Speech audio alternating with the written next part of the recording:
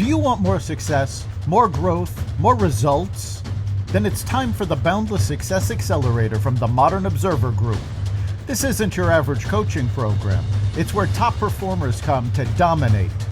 Weekly group sessions, on-demand coaching, a community that's got your back, and a power-packed library of tools to supercharge your business and career. No more excuses, no more waiting. Get in, level up, and start building the life you've been dreaming about. Visit us at modernobserver.com/boundlesssuccess to join today. Let's get you to the next level. We're here because free speech is under attack. We're here because people are being convinced that socialism works. We're here because people are being judged guilty until proven innocent. We are fighting back with facts. This is not a safe zone, so buckle up, Buttercup. This is the raw, naked truth.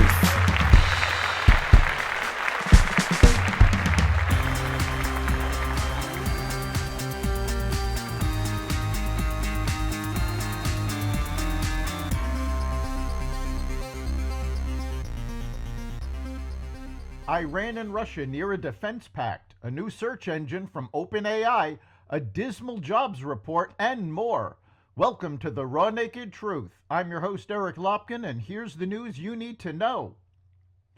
Iran and Russia are closing in on a deal that will bolster their defensive cooperation and strengthen military ties at a time when Western nations are increasingly concerned about regional wars in Europe and the Middle East.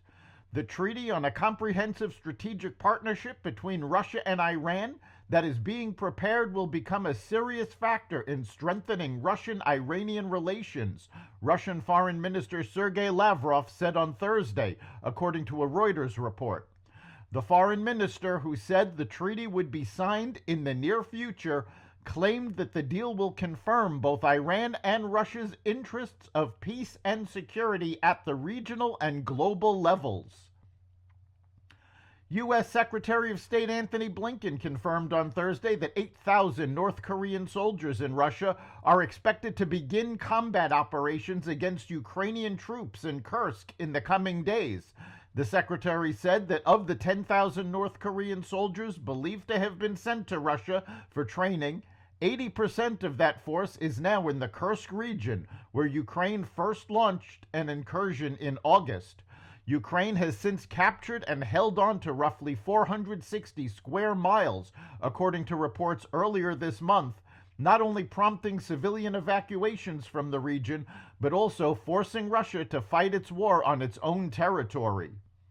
U.S. adversaries have targeted Spanish-language speakers and other minority groups in efforts to influence the presidential election, seeking to fan internal social divisions and elevate the Harris campaign through disinformation and propaganda.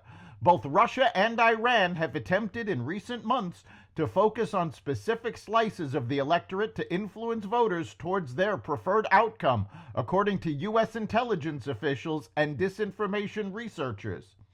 Aided by artificial intelligence, Iran has created websites that pose as legitimate local news sources to target both Muslim and black populations in the U.S., including in swing states, though fortunately these sites appear to have attracted minimal readership.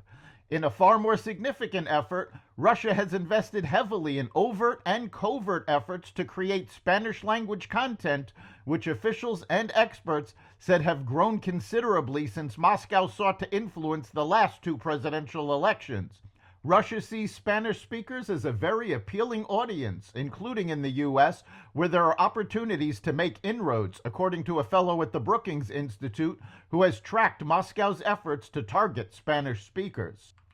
Job creation in October slowed to its weakest pace since late 2020, as the impact of storms in the southeast and a significant labor impasse dented hiring plans. Non-farm payrolls increased by only 12,000 for the month, down sharply from September and below the Dow Jones estimate for 100,000, according to the Bureau of Labor Statistics. It was the smallest gain since September 2020. The unemployment rate held at 4.1%, in line with estimates. OpenAI launched a ChatGPT search engine. The new feature, appropriately named ChatGPT Search, went live for paid ChatGPT Plus and Team users yesterday and will launch for free and enterprise users in the coming weeks.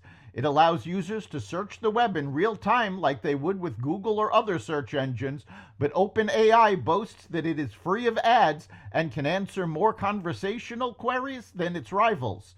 OpenAI, which closed a new funding round at a $157 billion valuation last month, has partnered with several news publishers to bolster its search feature. Microsoft's Copilot and Google's Gemini already allow users to get up-to-date information from the internet. Former President Trump is suing CBS News for $10 billion in damages, stating the network practiced deceptive conduct for the purpose of election interference in its interview with Vice President Kamala Harris. Trump attorneys said the complaint comes due to CBS's partisan and unlawful acts of election and voter interference through malicious, deceptive, and substantial news distortion calculated to confuse, deceive, and mislead the public. Trump attorneys also argued the edits were done in an effort to attempt to tip the scales in favor of the Democratic Party as the heated 2024 presidential election, which President Trump is leading, approaches its conclusion. CBS News has admitted that it edited the Kamala Harris interview. The Ford Motor Company is pausing production of its electric F-150 Lightning truck for several weeks as the outlook for electric vehicles remains downbeat, with car companies confronting slumping demand. The Dearborn, Michigan automaker said Thursday that it would idle the assembly factory that makes the battery-powered truck from mid-November to January 6th. The Lightning, a centerpiece of the legacy auto manufacturer's EV strategy, has been the victim of steep price cuts and waning interest from consumers. We continue to adjust production for an optimal mix of sales growth and profitability, Ford said. The pause comes less than a year after Ford announced it was permanently cutting a production shift at the plant in suburban Detroit where it builds the electric truck. The move is also days ahead of the U.S. presidential election, where government support for EVs has been sharply debated, with Michigan being a major swing state. Automakers in the past year have scrambled to adjust plans for their EV models after finding weaker than expected demand from car buyers. That's the Raw Naked Truth. You can catch every episode of the Raw Naked Truth at xvadio.com, the Apple Podcasts app, YouTube, Rumble, Spotify, iHeartRadio, Audible, Amazon Music, and other platforms that respect freedom of speech. We'll see you next time.